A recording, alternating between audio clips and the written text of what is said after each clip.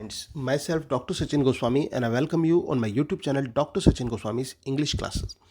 दोस्तों आज की जो हमारी पोएम है वो है ओड टू अ नाइटिंगेल। ये पोएम जॉन कीट्स के द्वारा लिखी गई है। जॉन कीट्स जैसे कि आप जानते हैं एक हेलेनिस्टिक अप्रोच के one of the most famous poets में से जाने जाते हैं और सेंसुअस ब्यूटी के लिए जॉन कीट्स को जाना जाता है। रोमांटिक एज के एक ऐसे प्रोमिनेंट कवि रहे ये जिनकी शॉर्ट लाइफ में ही खुद को इन्होंने इमॉर्टल कर दिया। शॉर्ट लाइफ में ही इतने ग्रैंड वर्क अपने लिटरेचर को इन्होंने दे दिए कि जिससे ये खुद इमॉर्टल हो गए और इंग्लिश लिटरेचर में इनको हमेशा पढ़ा जाएगा, पढ़ा जाता है और पढ़ा जाता रहेगा दोस्तों। तो आज हम उसी पोइट की जो पोएम है ओड टू नाइटिंगेल वो हम पढ़ने जा रहे हैं। तो लाइन टू लाइन स्टार्ट करने से पहले आपको पोएम का बैकग्राउंड जानना बहुत ज़रूरी है क्योंकि ये जो पोएम है किस विषय पर है। अब टाइटल से आपको क्लियर हो गया होगा। नाइटिंगेल, नाइटिंगेल यानी बुलबुल के बारे में ये पोएम है और एक ओड के फॉर्म में इसको लिखा गया है। ओड जो कि एक म्यूजिकल कंपोजिशन होती है, लिरिक्स से लंबी होती है, उस ओड के फॉर्म में इसको लिखा गया है और एक ब्यूटीफुल ओड जॉन कीट्स की है। दोस्तों ये जो पोएम जो ये लिखी गई थी, कब लिखी गई थी? इस पोएम को 1819 में लिखा गया था। याद रख लेना 1819 में इस पोएम को लिखा गया था। कब लिखा गया था? 1819 में ये लिखा गया था। अब इसके बाद दोस्तों ये इसमें क्वेश्चन आता है कि ये जो पोएम थी 1819 में लिखी गई, कब पब्लिश हुई? इन द सेम ईयर, इसी ईयर में ये पब्लिश हुई थी। और कहाँ पब्लिश हुई थी फर्स्ट टाइम ये, तो मैं आपको बता देता हूं।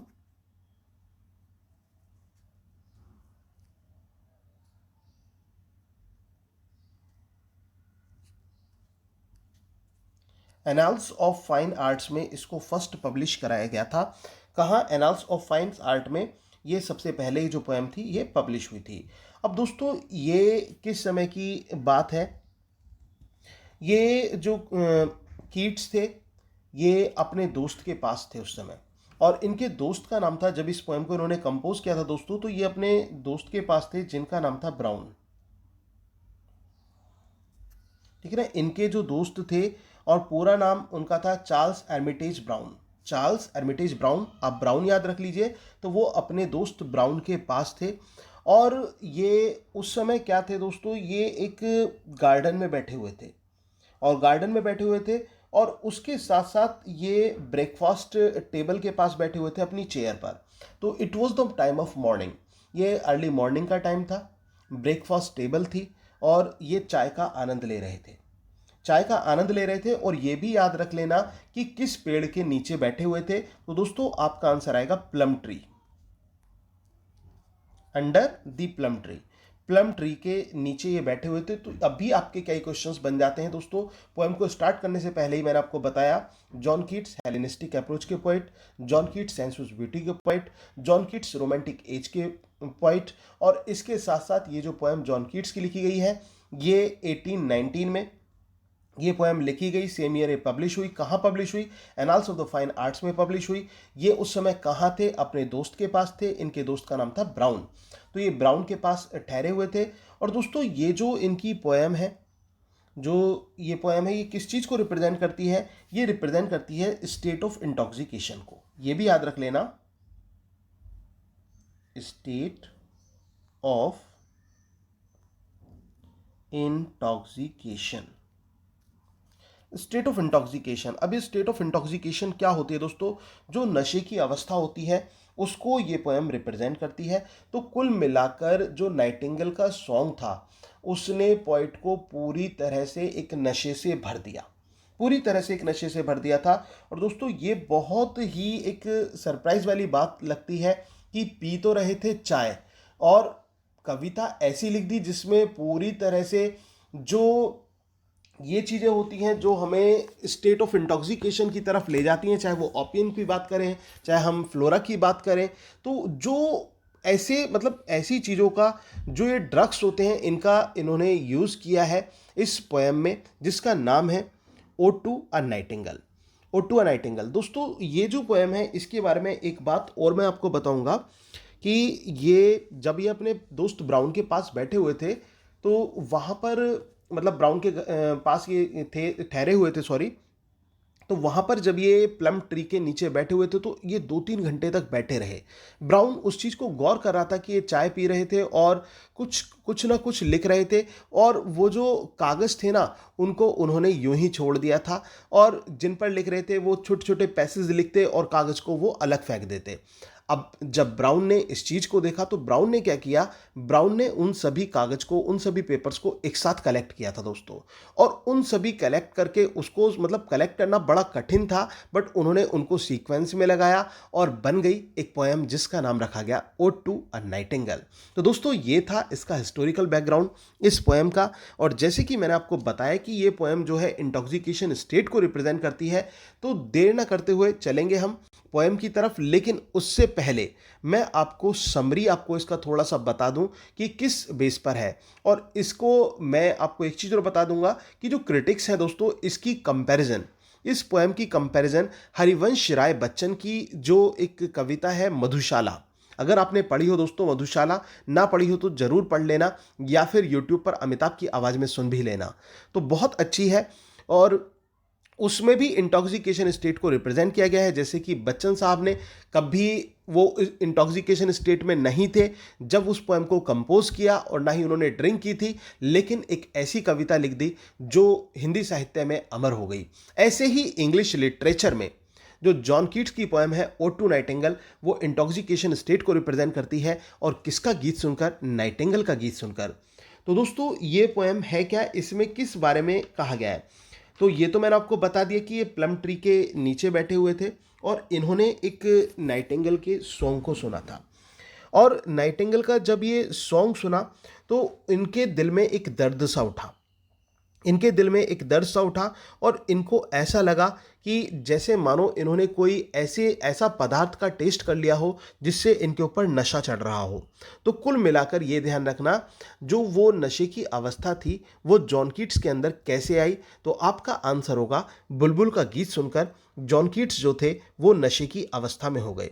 और इसके साथ साथ वो बुलबुल को देखते हैं कि बुलबुल जो है वो पूरी स्वच्छंदता के साथ बिल्कुल फड़फड़ाकर आकाश में गीत गा रही है, और जो पोएट हैं वो भी उसके गीत का आनंद लेना चाहते हैं। लेकिन जब वो एक तरफ तो नाइटिंगेल का सॉन्ग देखते हैं और दूसरी तरफ इस संसार को देखते हैं, तो उनको इस संसार में दुख ही दुख नजर आता है, दुख ही दुख नजर आता है। और वो जो पोएट हैं वो ये सोचते हैं कि ये जो संसार, जो दर्द से भरा हुआ संसार है, पीड़ा से भरा हुआ संसार है, इसके दर्द को भुलाना है तो नाइटिंगेल के जो गीत है इसमें डूबना ही पड़ेगा। क्योंकि उनको मालूम है, जॉन कीट्स को मालूम है कि इस संसार में लोग क्या करते हैं, बीमारी का शिकार बन जाते हैं, और बीमारी का शिकार वो अपने कारणों से बनते हैं, अपने जो वो वर्ल्डली प्लेजर्स के पीछे भागते हैं उसकी वजह से बनते हैं। लेकिन ये जो दुनिया है ना, ये एक ऐसी दुनिया है जहाँ पर सुंदरता को भी स्थिर नहीं रखा जा सकता। जो स्त्रियाँ सौंदर्यता के लिए जानी जाती हैं, वो स्त्रियाँ भी अपने सौंदर्यता को बिल्कुल परमानेंट नहीं रख सकती। तो और यही कारण है कि जो प्यार है, प्यार भी समय के अनुरूप नष्ट हो जाता है, क्योंकि हम फिजिकल लव के प्रति ज़्यादा अट्रैक्ट होते हैं। तो इन सभी चीज़ों से जो पोएट है वो पूरी तरह से ऐसा लगता है कि वो फेडअप हो चुका है, और वो उस समय बुलबुल का गीत सुनकर ऐसा फील करता है जैसे मानो उसने 2 घूंट शराब की पी ली हो, और उस शराब को पीकर वो एक कल्पनाओं की दुनिया में पहुंच जाता है, ऐसी कल्पनाओं की दुनिया में जहां पर वो इस सांसारिक दुनिया को भूल जाता है, और वो उस स्थान पर बुलबुल के पीछे निकल पड़ता है। बुलबुल जो है, बुलबुल का जो कंपनी है वो उसको बहुत अच्छी लगती है, मानो ऐसी लगती है जैसे कि एक वो ऐसी दुनिया में आ गया हो जो बिल्कुल डिवाइन हो, एक दैविक दुनियाओं में आ गया हो। उसे ऐसा लगता है कि चारों तरफ सितारे निकले हुए हैं, और इसके साथ साथ जो परियां हैं वो चारों तरफ इधर उधर घूम रही हैं, और इसी बीच में वहाँ पर उस अंधेरे में जो बुलबुल है वो अपना गीत गा रही है, और हवा तेज चल रही है, और जो वृक्ष की जो टहनियाँ हैं, जो आपके ट्रीज होते हैं उनकी जो टहनियाँ होती हैं, ब्रांचेस होती हैं, और जो लीव्स होती हैं वो हवा में फड़फड़ा रही हैं, हवा में जो है हिल रही हैं, और वहीं पर ही खुशबूदार जो फूल हैं वो अपनी खुशबू को छोड़ रहे हैं, और इसके साथ साथ वो भी हवा में हिलते हुए प्रतीत होते हैं। और लेकिन सबसे मेन कारण उनके हिलने का, इस प्रकृति के सुखद अनुभव को फील करने का कारण है कि बुलबुल का गीत, जो बुलबुल है वो अपने गीत को पूर्ण रूप से गाती जा रही है और जो पोइट है वो उस बुलबुल के गीतों का पूर्ण रूप से आनंद ले रहा है और उसको ऐसा लगता है जैसे मानो वो भुलक्कड़पन की एक नदी में डूब सा गया हो बुलबुल के गीत को सुनकर। और बुलबुल का गीत जो है वो उसको एक अच्छा अनुभव देता है और उसको ऐसा लगता है कि काश मेरी जो सांसें हैं ना वो यहीं थम जाएं ताकि मैं इस संसार के दर्द को ना देख सकूं। केवल और केवल मुझे क्या दिखाई दे, केवल और केवल मुझे दिखाई दे इस बुलबुल का जो ये गीत है इसको मैं फील कर सकूं। इसके अलावा वो कुछ भी नहीं चाहता और वो यही कहता है कि मुझे तो बुलबुल तुम अपने रंग में रंग दो और ताकि मैं इस दुनिया को भूल जाऊं और मैं उस सौंदर्यता का हिस्सा बन जाऊं जो सौंदर्यता तुम्हारे साथ है। तो मैं तो उड़ना चाहता हूं तुम्हारे साथ साथ। वो ये कहता है कि मैं उड़ना चाहता हूं तुम्हारे साथ साथ।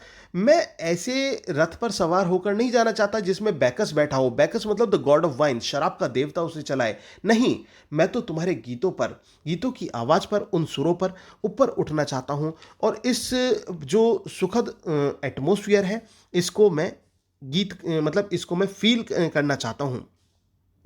और वो ये कहता है कि इस अंधेरे में मैं एक सुखद गीत सुन रहा हूं और वो ये कहता है कि ये जो गीत है ना ये ऐसा गीत है जो मुझे सुखद मृत्यु भी प्रदान कर सकता है। कुल मिलाकर वो ये चाहता है, सुखद मृत्यु का मतलब वो ये चाहता है कि संसार के दर्द से निकलकर वो नाइटिंगेल के जो गीत है उसमें ही उसकी मृत्यु हो जाए, उसमें ही वो बिना किसी पीड़ा के अपने प्राणों का त्याग कर दे। और इस प्रकार से क्या होगा, इस प्रकार से वो उस गीत के साथ अमर हो जाएगा और वो जो गीत है वो उसे हमेशा और उसकी आत्मा को भी हमेशा शांति प्रदान करेगा। तो वो उसके बाद वो ये कहता है कि ये जो चिड़िया है इतना, मतलब इतना अच्छा गीत गाती है जो बुलबुल है, मुझे ऐसा लगता है, जो पोइट है वो ये कहता है कि मुझे ऐसा लगता है कि ये जो बुलबुल है ये कभी मर ही नहीं सकती, ये तो इमॉर्टल बर्ड है। तो ध्यान रखना दोस्तों, किसको इमॉर्टल बर्ड जॉन कीट्स ने कहा है, तो यहाँ पर नाइटिंगेल को कहा है कि बुलबुल तो मुझे इमॉर्टल बर्ड की तरह लगती है। और वो जो इमॉर्टल बर्ड है जो इमॉर्टल बर्ड है उसको कभी समाप्त नहीं किया जा सकता। तो दोस्तों ये मैंने आपको बताया कि ये था नाइटिंगेल पोएम में इसकी समरी मैंने बताई कि कुल मिलाकर जो पोइट है वो अपने आप को नशे की अवस्था में फील करता है। तो अब हम चलेंगे लाइन टू लाइन की तरफ। तो अब मैं आपको बताने वाला हूं इसकी लाइन टू लाइन एक्सप्लेनेशन। तो दोस्तों देर ना करते हुए चलते हैं लाइन टू लाइन एक्सप्लेनेशन की तरफ। दोस्तों फर्स्ट लाइन है इसकी, my heart aches and drowsy numbness pain. यहाँ पर पोइट क्या कहता है, पोइट ये कहता है कि जो नाइटिंगेल का सॉन्ग है उसको सुनकर मेरे हृदय में एक दर्द सा होता है। ये जो वर्ड है आप देख रहे होंगे एक्स, एक्स का मतलब क्या होता है, एक का मतलब होता है पेन, कहते हैं ना हेडेक, टूथेक, तो वो एक ही है।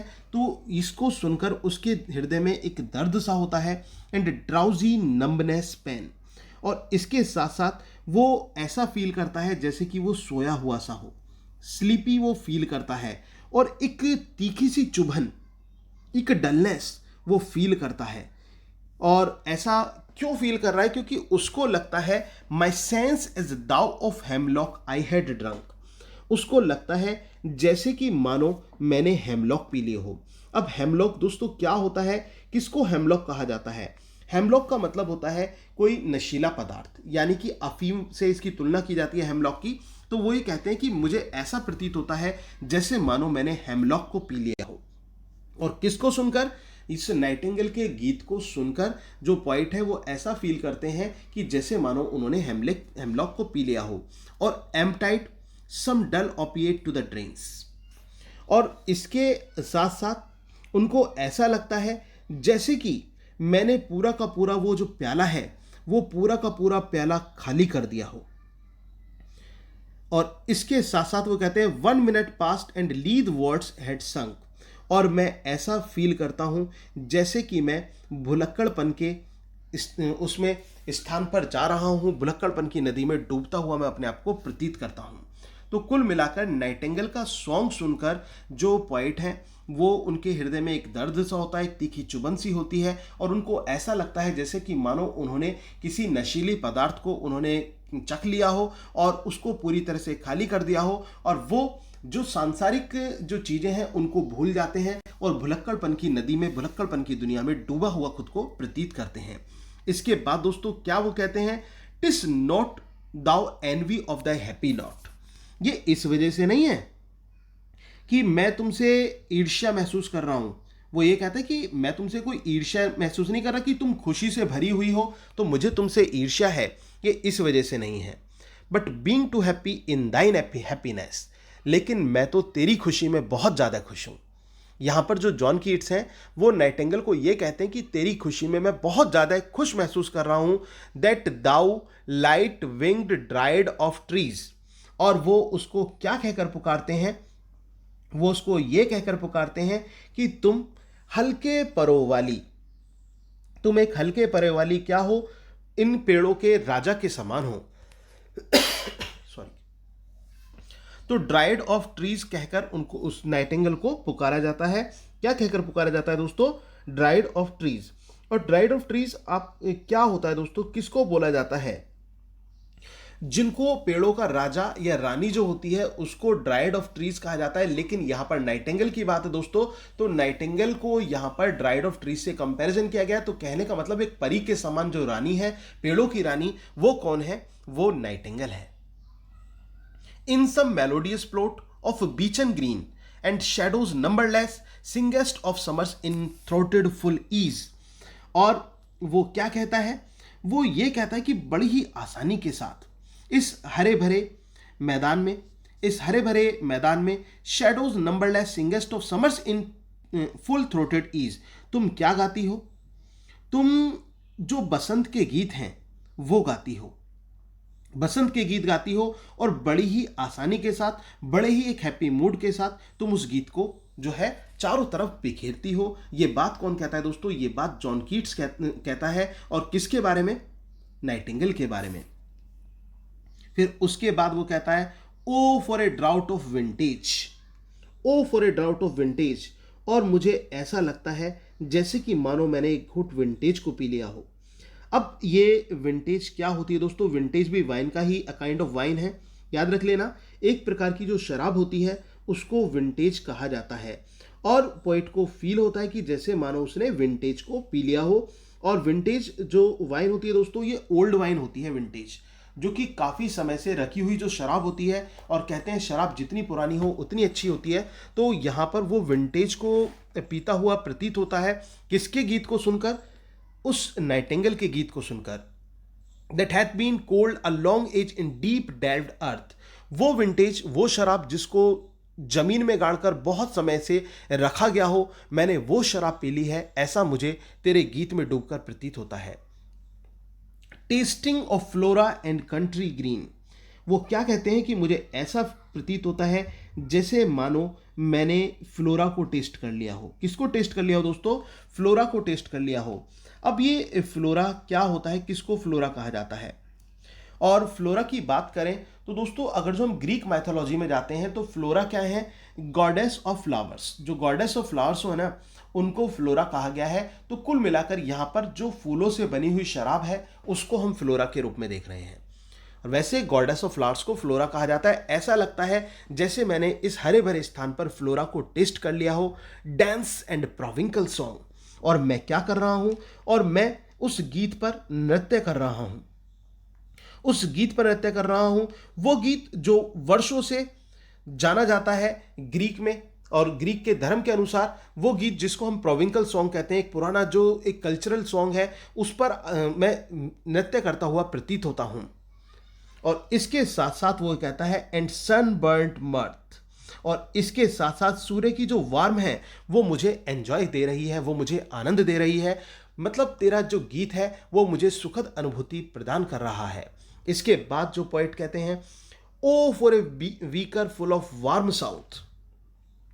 मुझे ऐसा लगता है कि मैंने क्या किया है कि पूरा का पूरा जो वाइन का बीकर है वो खत्म कर दिया है। और वो कहाँ से आया है, साउदर्न पार्ट से आया है। उस साउदर्न पार्ट से आए हुए बीकर को मैं पूरा का पूरा पी चुका हूँ। Full of true and the blushful हिपोरेंस।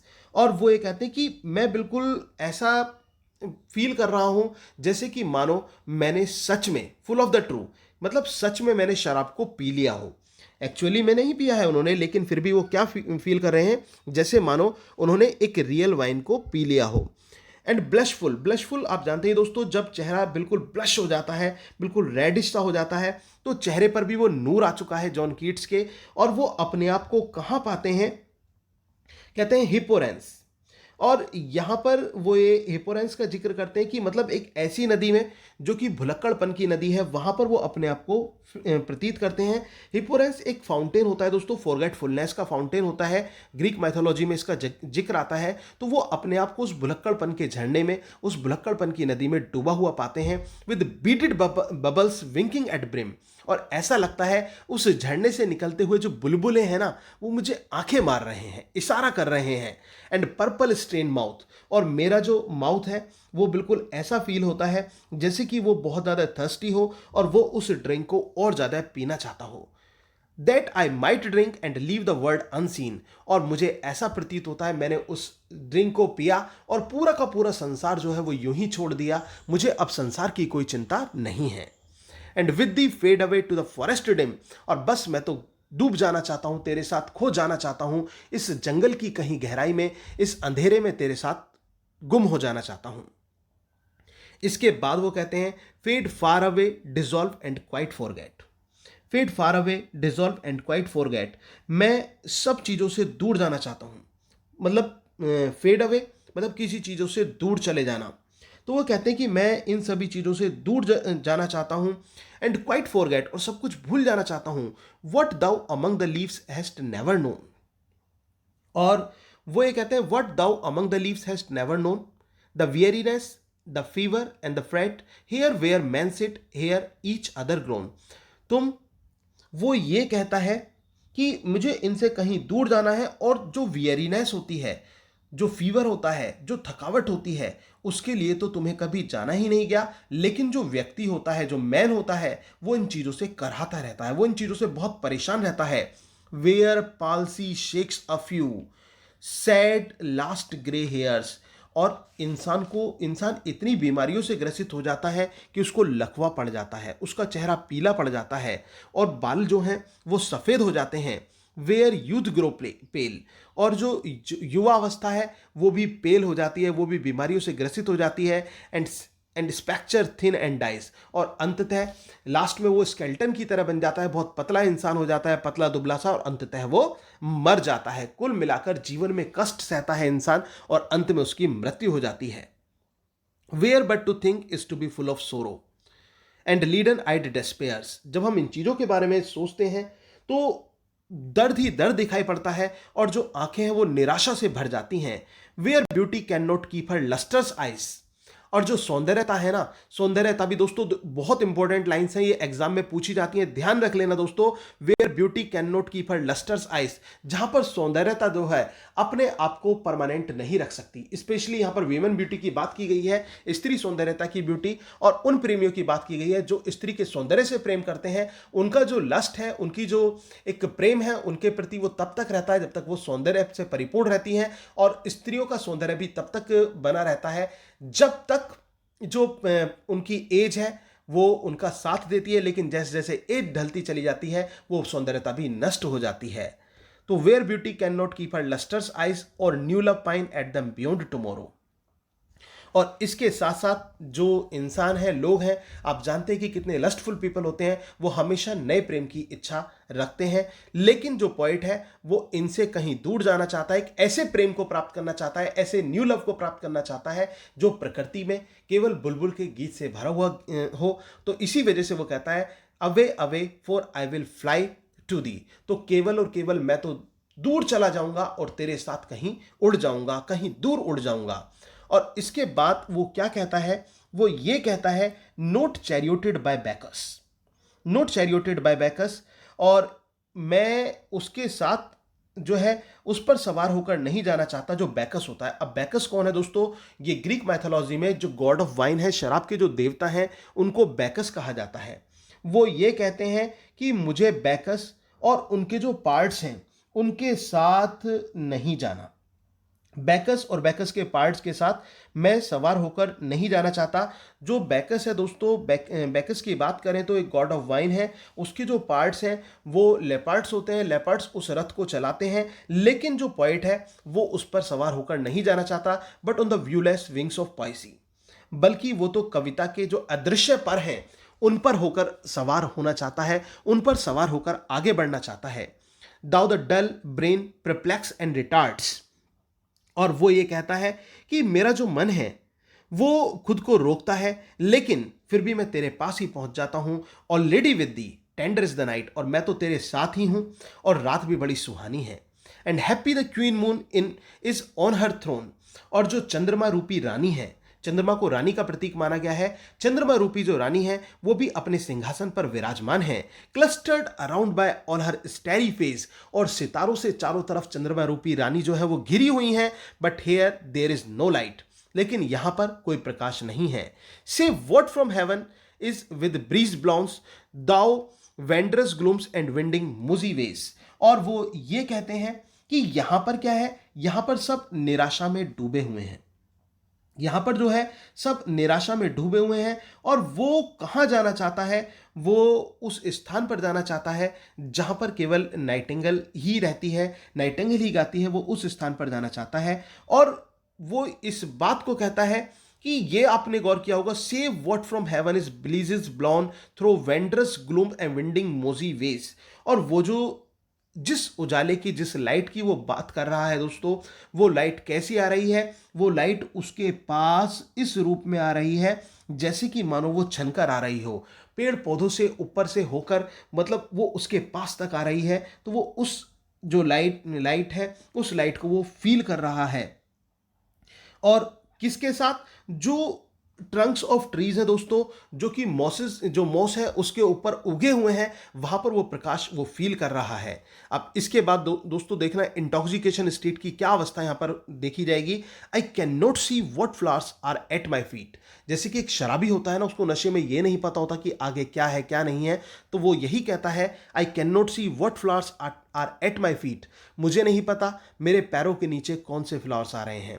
Note what soft incense Hanks upon the boughs, और वो ये भी फील नहीं कर पाता कि यहां पर ये जो सुगंध है जिसको वो फील कर रहा है वो किसकी है। But in embalmed darkness guess each sweet, लेकिन वो इन सभी चीजों को गैस जरूर कर सकता है। Sweet wherewith the seasonable months endows the grass the thicket and the fruit tree wild, और वो जो घास, वो जो झाड़ी है, और जो फ्रूट्स हैं, और वो जो झरने हैं, वो उन सभी चीज़ों को वहाँ पर फील कर रहा है। With hawthorn the pastoral eglantine fast fading violets covered up in leaves, और जो फास्ट फेडिंग वायलेट्स है वो भी पत्तियों में ढका हुआ है। And mid May's eldest child, और इसके साथ वो क्या कहकर पुकारता है, उसको मिड मेज एल्डेस्ट चाइल्ड कहकर पुकारता है। अब ये मिड मेज एल्डेस्ट चाइल्ड कौन है दोस्तों, जो ये रोज होता है ना, उसको यहां पर क्या कहा गया है, रोज को यहां पर कहा गया है mid May's eldest child. You know the coming musk rose, जो मस्क रोज है दोस्तों, उसको मिड मे का एल्डेस्ट चाइल्ड के रूप में रिप्रेजेंट यहां पर किया गया है। Full of dewy wine, full of dewy wine the murmurous haunts of flies on summer eves, और जो पूर्ण रूप से ऐसा लगता है जैसे कि मानो ओश की बूंदों से भरी हुई कोई शराब हो।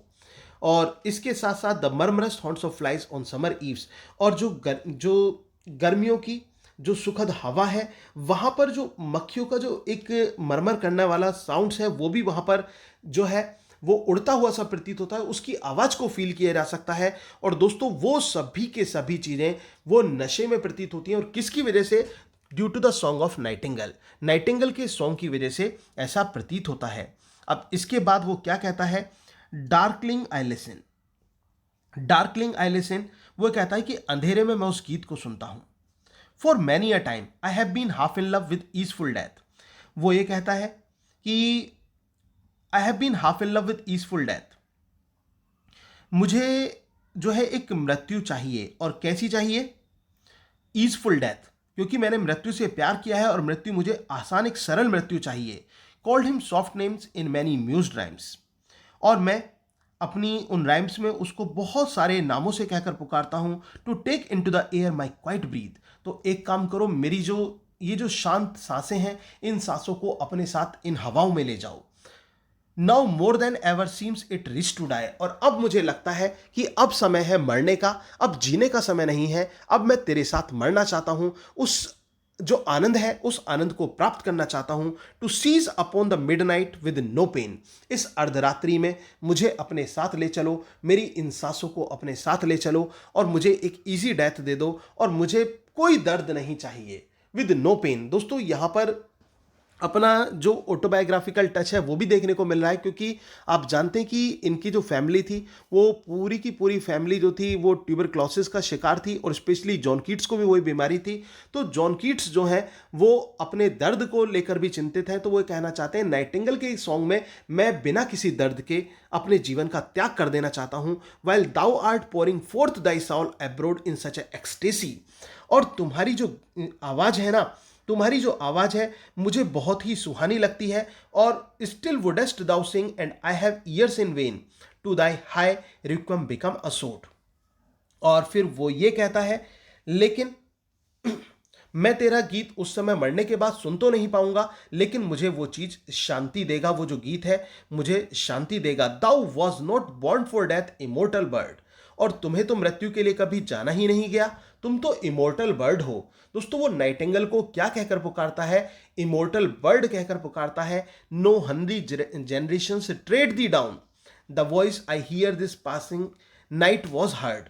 और जो ये हंग्री जनरेशन्स है ना, वो तेरी आवाज को दबा देती है, लेकिन आज मैंने इस रात्रि में उस आवाज का, उस सुखद आवाज को अनुभूत किया, उस सुखद आवाज को फील किया।